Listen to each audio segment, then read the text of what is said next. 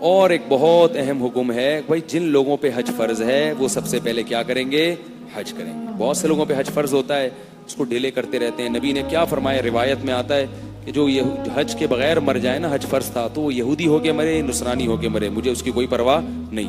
اور اللہ نے فرمایا کہ جو استغنا برتے گا، اس کے پاس مالی وسعت ہوئی اور میرے گھر کی زیارت کے لیے نہیں آیا، تو اللہ اس سے غنی ہے، اللہ کو اس کی پرواہ نہیں ہے.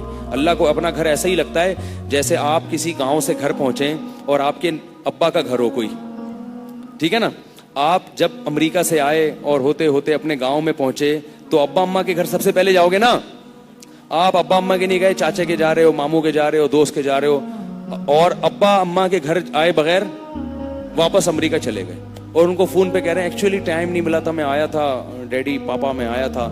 وہ باپ کو کتنا غصہ آئے گا، تو میرے گھر نہیں آیا یار. تو اس سے زیادہ غضب کس کو آتا ہے؟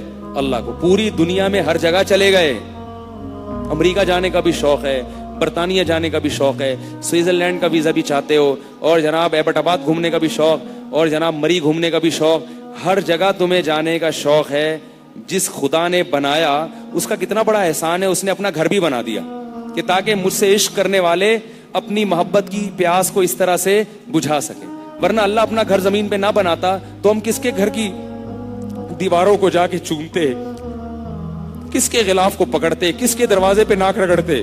اللہ نے اپنے عاشقین کے لیے اپنا ایک 4 دیواری کا سادہ سا گھر بنا دیا اور کہا کہ اس کے سامنے ناک رگڑو، اس کا غلاف پکڑ کے دعا مانگو. ملتزم کہہ دیا یہ اللہ کا دروازہ ہے، تو یہ ملتزم کیا ہے؟ اللہ کی چوکھٹ ہے. جیسے سیٹھ صاحب کی چوکھٹ پہ جا کے بھیک مانگتے ہو نا دروازے پہ، کسی سے قرضہ لینا ہوتا ہے تو فون کر کے تھوڑی کہتے ہو.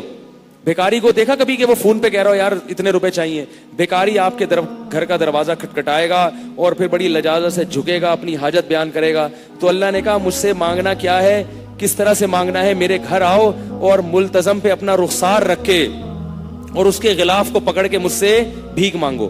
تو جس کے دل میں اللہ کی ذرا سی بھی محبت ہوگی، اسے بیت اللہ کی زیارت سے کبھی بھی عار محسوس نہیں ہوگی. وہ لاکھوں روپے خرچ کر کے جائے گا، وہ کہے گا مرنے سے پہلے اگر میں نے خدا کے گھر کی دیواروں کو نہیں چوما اور خدا کے گھر سے لپٹ کے نہیں رویا تو میں نے دنیا میں کچھ بھی حاصل نہیں کیا.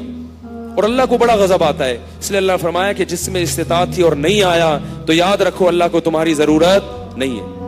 بہت بڑا حکم ہے یہ تو عشق، یہ تو نہیں بھی واجب ہو تو کوشش کرنی چاہیے اللہ کے گھر کی زیارت نصیب ہو جائے.